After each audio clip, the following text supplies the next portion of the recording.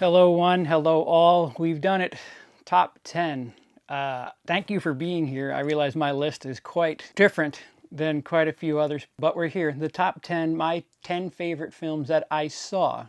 Of the films I saw in 2015, my top 10 is here. You will not see Mad Max Fury Road on this list. If you're just only watching this, go back and see where it fell. Straight Outta Compton was the best of the rest, coming in at number 11, but let's get right to it. What is number 10 on my list of films that I saw in 2015? Number 10, Mississippi Grind. Mississippi Grind, which was directed by Anna Bolden and Ryan Fleck, stars Ben Mendelsohn and Ryan Reynolds as one serious gambler and another that we come across. And it's basically a road trip with degenerates. Like I said, if you had interest in Edward Norton's character in Rounders, this is something along those lines, and it expands on just how darkly funny people with gambling addiction could be. Not saying it's a good thing or anything, it's just saying that the film portrays people like this really well, and it's good to see Ryan Reynolds in a role like this. And Ben Mendelsohn is just, he's my new favorite. The guy plays tortured characters so well. Like I said before in my review, without Philip Seymour Hoffman, it seems like Ben Mendelsohn is this generation's John Cazale. Number 9, Ridley Scott's The Martian. The weird thing about this movie is it's either people love it or there's like that just haggard hatred of it specifically because of all the love. A la something like Forrest Gump, Titanic. Either you love it or you're just and that appears to be Martian this year. But The Martian, impressive cinematography.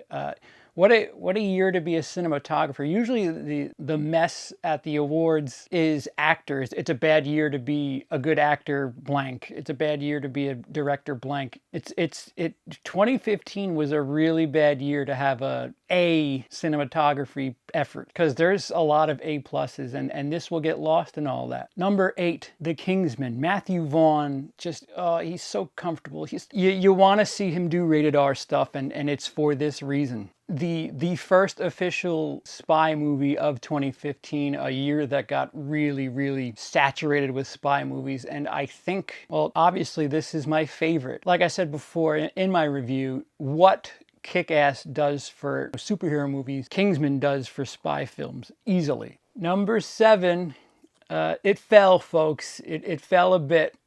It was up atop for quite a while, but number 7 is Colin Trevorrow's Jurassic World. Yes, even at this spot, I could still get mocked heavily. My thing is, it's the perfect natural sequel to Jurassic Park. It's the perfect summer movie. I'm all about it. Some stuff that people didn't give it credit for really was unfair, like the product placement stuff. I really feel like that's on purpose. That's kind of a wink, and some people took it as overt. And yes, it is, but I think Trevorrow was having some fun with that. I mean, Verizon presents Indominus Rex. Come on, like that's a joke. That's funny. Perhaps the whoa pick of the entire board here. Number 6, I have The Final Girls. It's a film that didn't get a very I don't think it saw 10 theaters in 2015, if it did at all. It didn't get a wide release. I think it was out on digital first. Yeah, it was. You were available to rent it before you were able to buy it. So, the modern age of watching movies. Yeah. It was a beautiful send-up to horror. And it was funny. It was,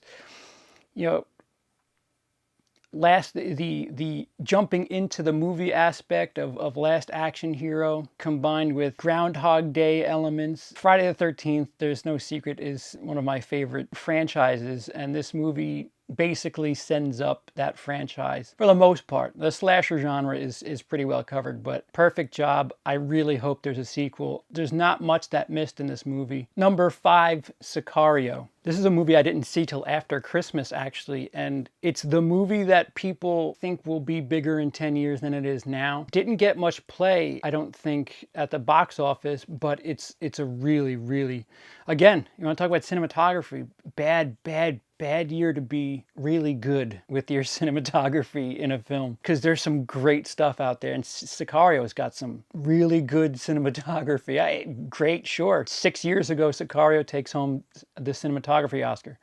Maybe it does this year. What do I know? Incredible job by everyone involved.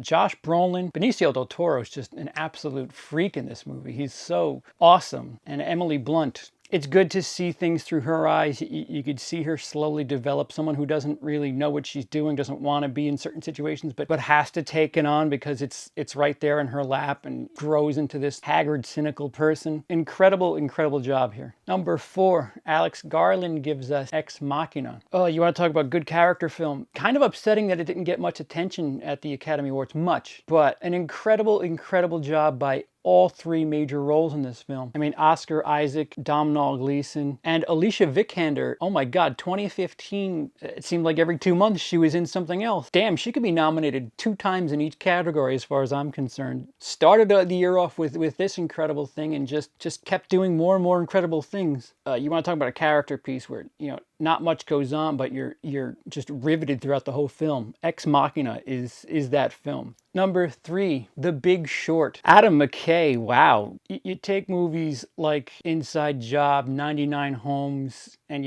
you're slowly starting to figure out just what it was that caused the whole world this disgusting mess. And then you have this that says, here is the exact everything of why the financial disaster was what it was. And then you have Margot Robbie in a bathtub there to tell you, because that's funny. That's funny. Oh, I'll pay attention. But the internal gag in my head was, well, why would I listen to what she's saying? I'm looking at Margot Robbie in a bathtub. There's a bit of a circular joke to be had with that one scene in particular. But, just constant fourth wall breaks. Ryan Gosling was actually the funniest in this film. I'm jacked to the tits! It's funny, it's informative, it's unfortunate that it's true, but most of all, they hold your hand and tell you, they break the fourth wall and tell you why you should be upset. This really happened. That's a comedic break. At the right time, it's perfectly done and certainly needed at some moments, because you're just like, whoa, I'm dizzy, what's going on here? And then bang, they break the fourth wall and let you in on things. I can't wait to watch this again. Number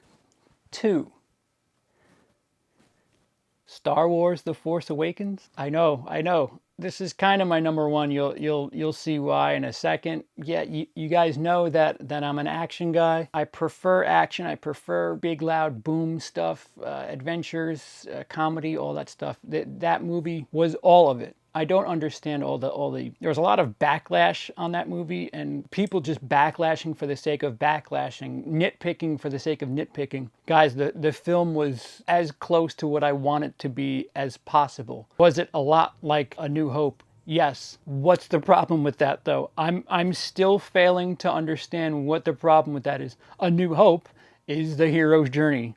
So, it's not like the original story was completely original. So what are we talking about here? So good. It moved so fast, and I enjoy that. There's films where I could use a breather, but this was so... I wanted... If I could have an extra 40 minutes at that pace, it'd be the perfect movie for me. No, I thoroughly enjoyed it, but there was one film that I felt really, really did an incredible job, and Number 1, Wild Tales. Technically a 2014 release, internationally, technically an international film, so Star Wars was my favorite domestic film of 2015. Perhaps how you look at it, it was my favorite 2015 film of 2015. But Wild Tales is just incredible. A bunch of vignette-style movies within the film, and each story, there's maybe one that I'm not incredibly enamored with, but all of them are just the opening story with the plane and everybody. When you start to realize just what the coincidence is, I got it not right away, but as it started coming along, it was dawning on me, and I was laughing so hard, and the payoffs are just so funny. It's irony, it's karma, it's all of that. It's just a bunch of life lessons, a la, a Twilight Zone type stuff, Tales from the Crypt, whatever. You want to be careful because of blank, Granted, some of it's just straight pissing people off and getting their comeuppance, but it is such a black comedy. But I dig stuff like that, and it was so perfect for me. If you have the chance to, I realize that could be something you've never heard of. Certainly go rent it. If you don't mind reading your film while you watch it, it is a non-English speaking film, so you're going to be doing some reading.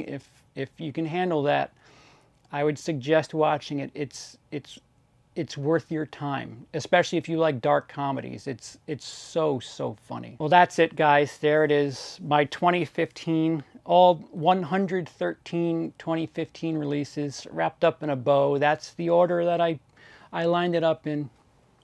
Granted, I will see more 2015 releases as life goes on, and the list will constantly be changing and whatever, but as we sit right here, that was it. That was my January 1st to December 31st, 2015. Those are the films that were released in 2015, or the way I consider it. And that was the layout. If you enjoyed the series, this episode, do me a favor and give me a thumbs up. Agree, disagree, have some things that I didn't see that you want to remind me about. Comment down below and let me know what you got to say. I'm really intrigued to hear other people's lists, what they agree, disagree with me on. Let's have a debate. Go ahead down below and let me know. And if you enjoyed the video and you're not already, go ahead and subscribe to get more like-minded stuff. Otherwise, have a year.